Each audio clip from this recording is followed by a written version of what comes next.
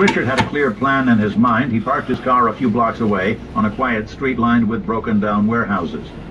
There were fewer people shopping for cars about 11 a.m., just before lunch, and that's when Richard walked onto the lot, straight up to the Mark, a friendly smile about his high cheekboned face. It was late March. The weather had become mild.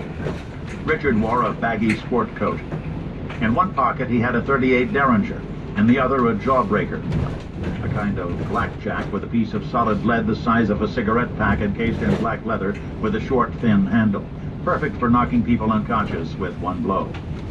Smiling, Richard told the Mark he needed an inexpensive car quickly, that his car had been stolen and that he needed wheels for work. Something reliable, he said. I'm not handy with engines and I don't want to get stuck somewhere at night, he explained, his face suddenly grave. Richard was, in fact, a consummate actor.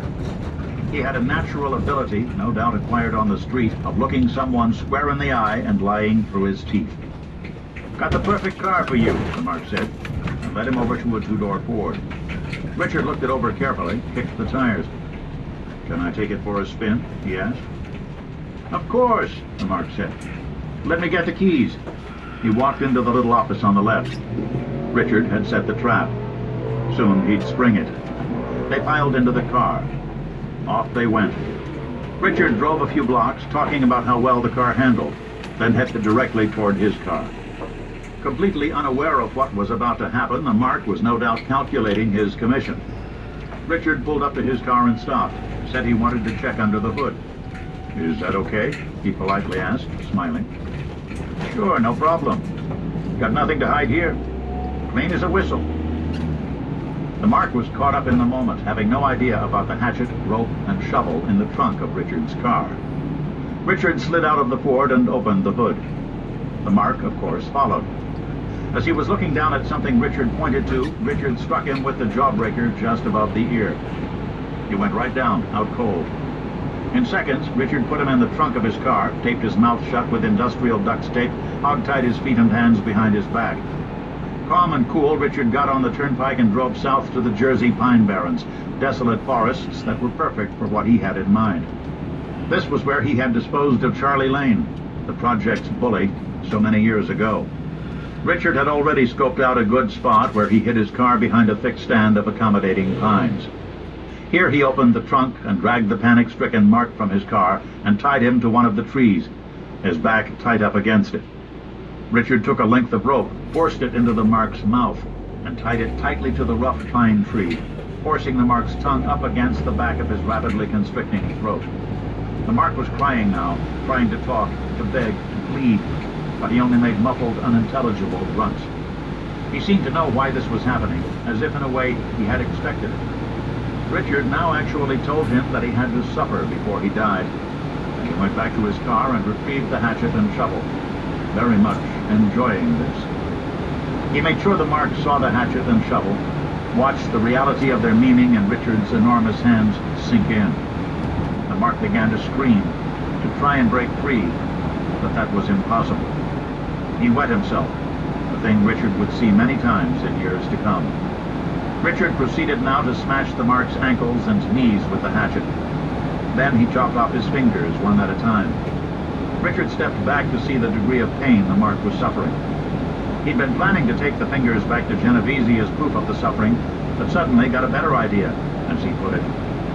When Richard finally killed the Mark, he dug a hole in the pine needle-covered ground, threw what was left of the hapless man into the hole, retrieved the proof Genovese had asked for, and returned to Hoboken, carrying it in a plastic bag he'd brought along, listening to country music as he went.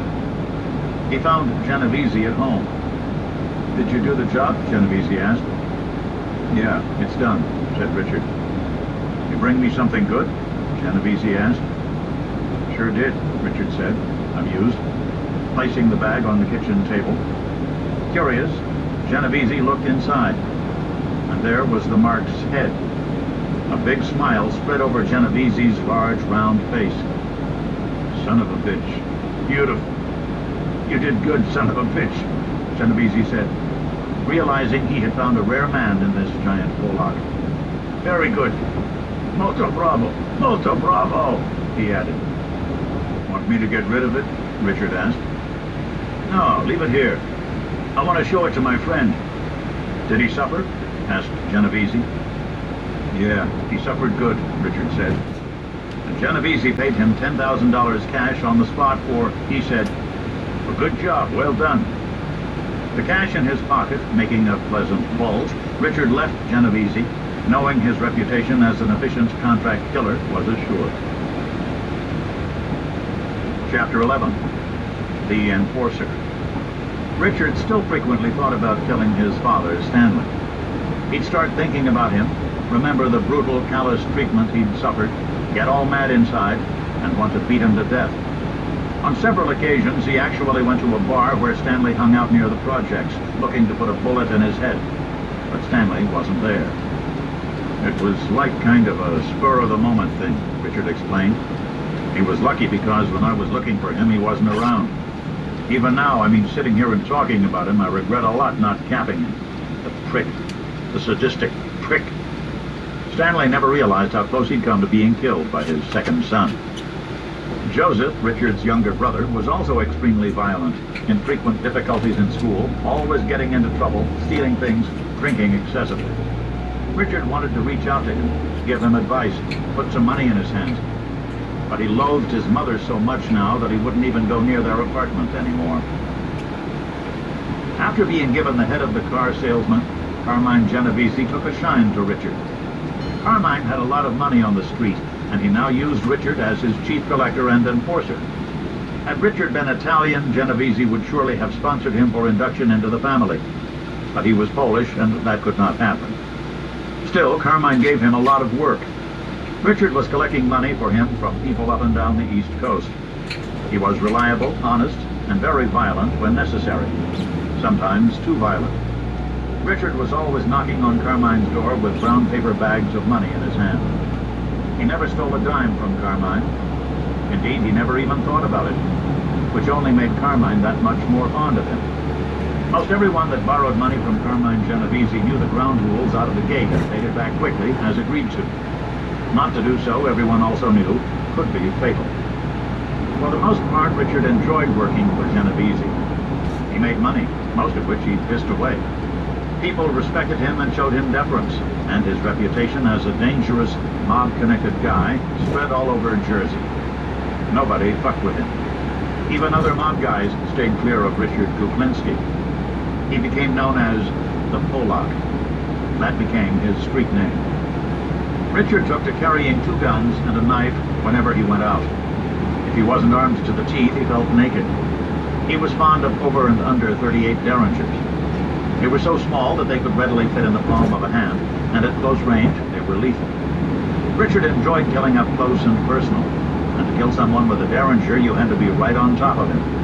That is why, he says, he also enjoyed killing with a knife. It's intimate. You can feel the blade going in, the bones breaking, see the shock on the guy's face, watch his light go out.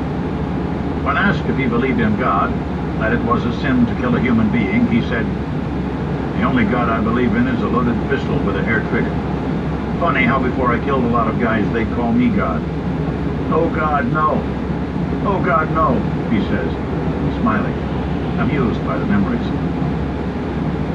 Richard's wife, Linda, gave birth to a baby boy they named Richard. Richard felt no love for or emotional attachment to his child. He was a natural extension of a sex act, nothing more.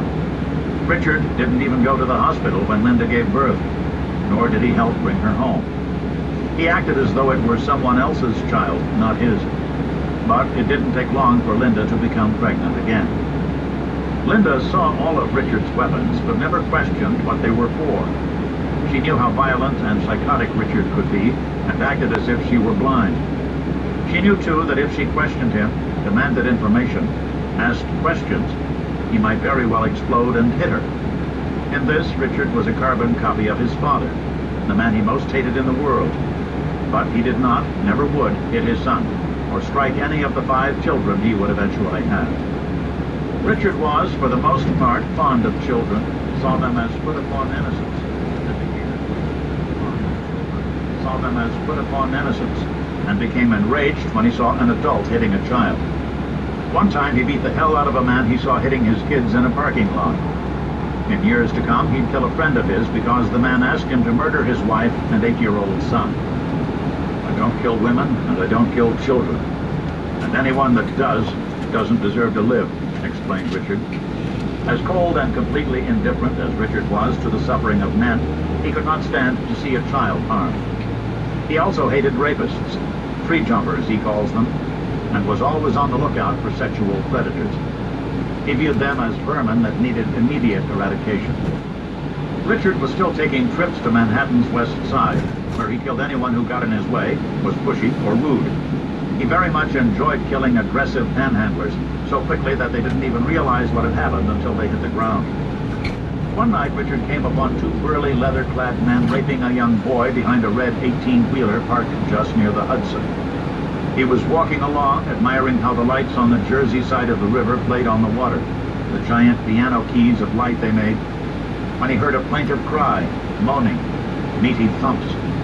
He slowly walked behind the truck, and there he actually saw the rape. The boy was being forced to fellate one man while the other sodomized him. They were laughing. They were drunk. They were now in trouble. Richard pulled out a .38 Derringer and, without a word, shot both the rapists dead. "Thank you, mister. Thank you," the boy said, pulling up his pants, wiping blood from his nose. "Get the fuck out of here," Richard said, and proceeded to cut open the stomach cavities of the 2 leather-clad men, silently cursing them, then dumped them in the river. Richard knew that with their stomachs eviscerated, gases could not build up, so the bodies would sink and stay down. He so enjoyed killing these 2 rapists. Richard had become addicted to killing people. After he committed a murder, he felt relaxed, whole and good, at peace with himself and the world. Richard was very much like a junkie who needs a fix to soothe the pangs of addiction.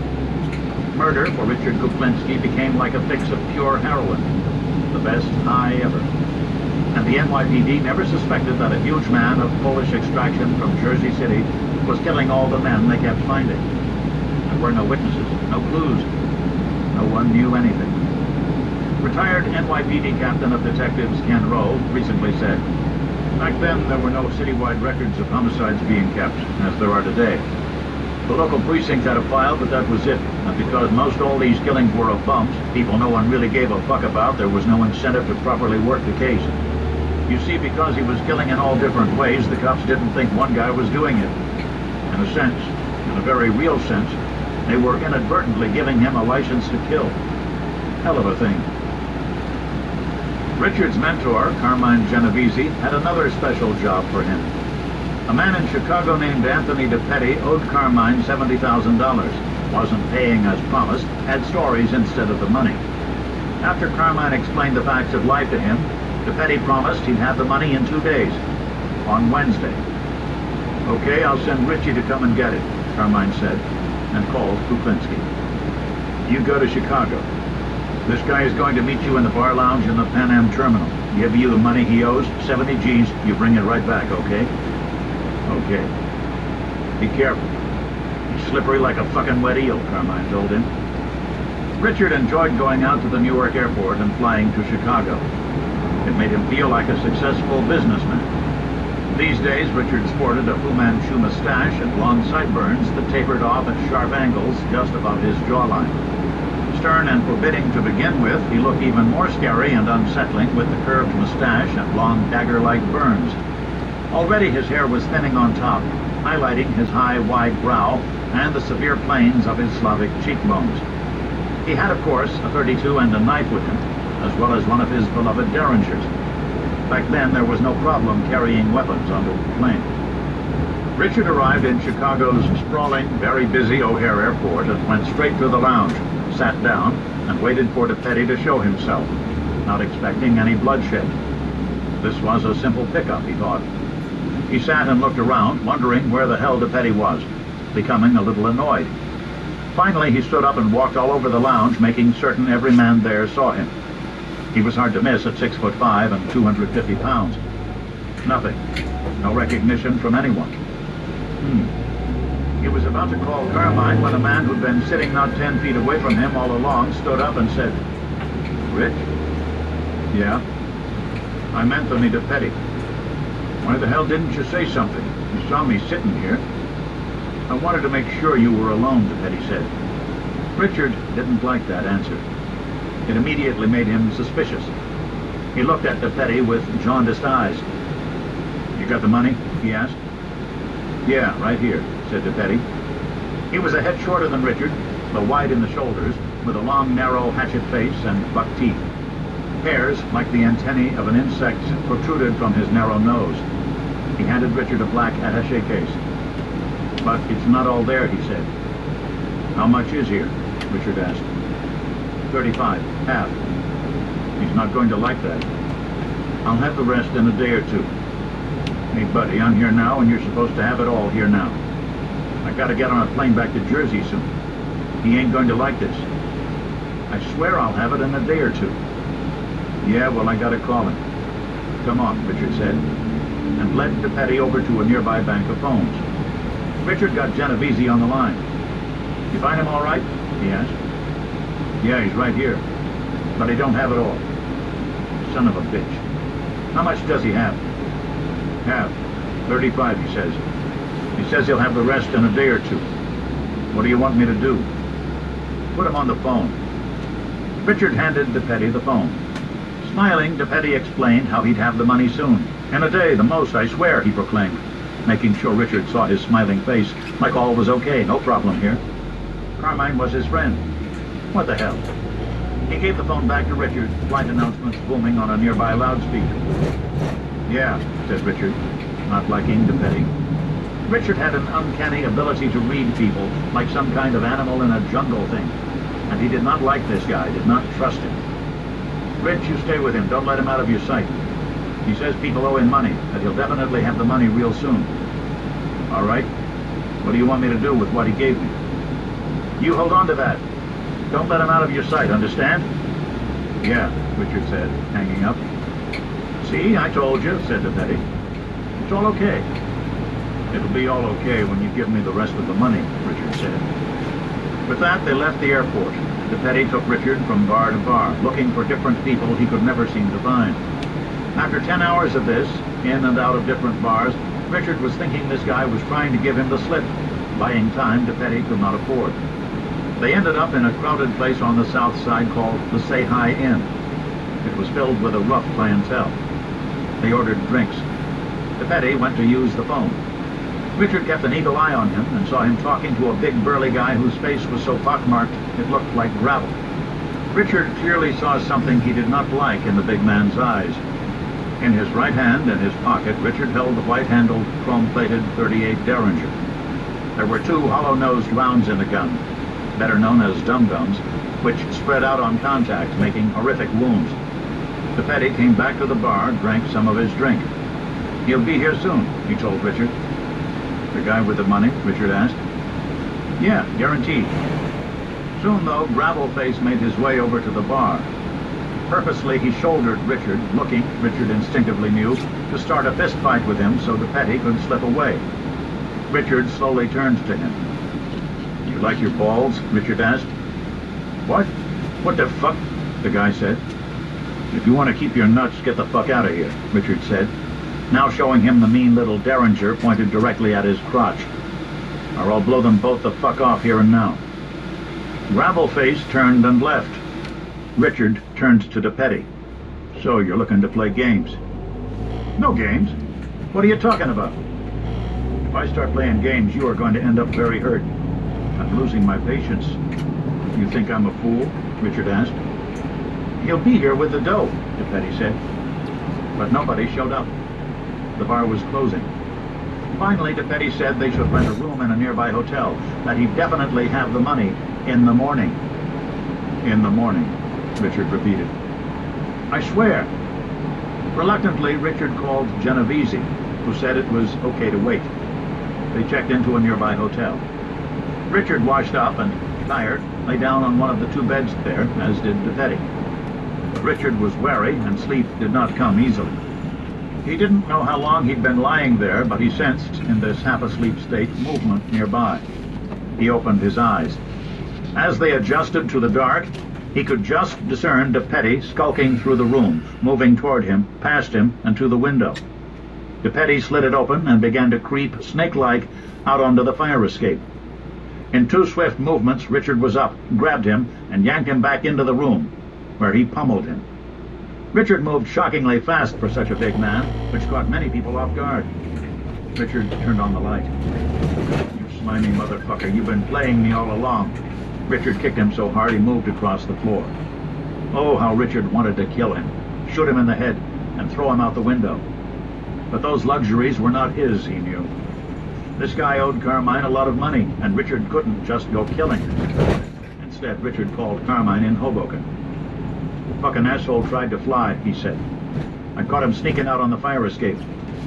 Son of a bitch. Put him on the phone."